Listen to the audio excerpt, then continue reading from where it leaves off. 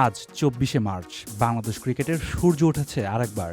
কারণ আজ জন্মদিন আমাদের গর্ব, আমাদের নবাব, বিশ্বের অন্যতম সেরা অলরাউন্ডার সাকিব আল হাসানের। ১৯৮৭ সালের এই দিনে মাগুরায় জন্ম নেওয়া ছেলেটি আজ পা রেখেছেন ৩৯ বছরে। মাগুরার সেই ছোট্ট ছেলে যিনি টেপ টেনিস বল দিয়ে শুরু করেছিলেন, আজ তিনি ক্রিকেট ইতিহাসের এক অমর নাম। আন্তর্জাতিক ক্রিকেটের ৩ ফরম্যাটেই প্রায় ১৫,০০০ রান আর ৭০০ উইকেটের মালিক যে তিনি। বাংলাদেশকে বিশ্বমঞ্চে তুলে ধরা এক যোদ্ধা। বর্তমানে রাজনৈতিক কারণে দেশের বাইরে অবস্থান করলেও খেলেছেন বিভিন্ন দেশের ফ্র্যাঞ্চাইজি লিগে। বিকেএসপি ও বয়সভিত্তিক দল পেরিয়ে ২০০৬ সালে জাতীয় দলে যোগ দেন সাকিব। অভিষেকের পর থেকেই নিয়মিত ধারাবাহিক পারফরম্যান্সে নিজেকে নিয়ে গেছেন এক অনন্য উচ্চতায়। ব্যাটে বলে পারফর্ম করেছেন সমান তালে। সেই পারফরম্যান্সেই তিনি বনে যান বিশ্বসেরা শীর্ষ অলরাউন্ডার, একমাত্র ক্রিকেটার যিনি ৩ ফরম্যাটেই নাম্বার 1 হওয়ার রেকর্ড তার।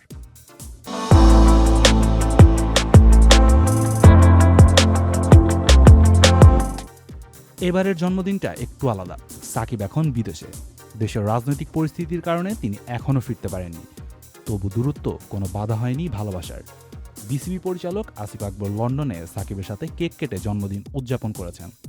ফ্যানরাও পোস্ট করে ফেসবুকে লিখেছেন, দূরে থাকলেও তুমি আমাদের হৃদয়ে আছো। কেউ বলেছেন বাংলাদেশের জান, বাংলাদেশের প্রাণ।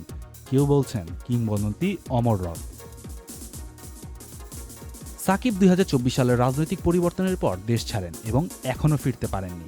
তবে বাংলাদেশ ক্রিকেট বোর্ড বিসিবি তাকে ফিরিয়ে আনার চেষ্টা চালাচ্ছে। বিসিবি কর্মকর্তারা জানিয়েছেন তার ফিটনেস থাকলে তাকে জাতীয় দলে বিবেচনা করা হবে। সাকিব নিজে বলেছেন তিনি শীঘ্রই দেশে ফিরবেন এবং একটি পূর্ণাঙ্গ সিরিজ খেলে ঘরের মাঠে অবসর নিতে চান। সাকিবের ইচ্ছা অনুযায়ী দেশের মাটিতে ক্রিকেট থেকে বিদায় জানানোর ইচ্ছা প্রকাশ করেছেন বাংলাদেশের উইকেটকিপার ব্যাটসম্যান মুশফিকুর রহিম। সাকিবকে অনুপ্রেরণার উৎস বলে জন্মদিনের শুভেচ্ছা জানান ক্রিকেটার নাজমুল ইসলাম। শুভেচ্ছা জানিয়েছে বিপিএল ফ্র্যাঞ্চাইজি রংপুর রাইডার্সও।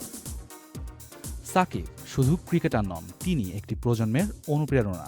যখন দল বিপদে তখন তিনি ব্যাটে বলে লড়াই করেছেন। চোট, সমালোচনা, বিতর্ক সবকিছু পেরিয়ে তিনি ফিরে এসেছেন বারবার। Saniya Tanmoy, channel I.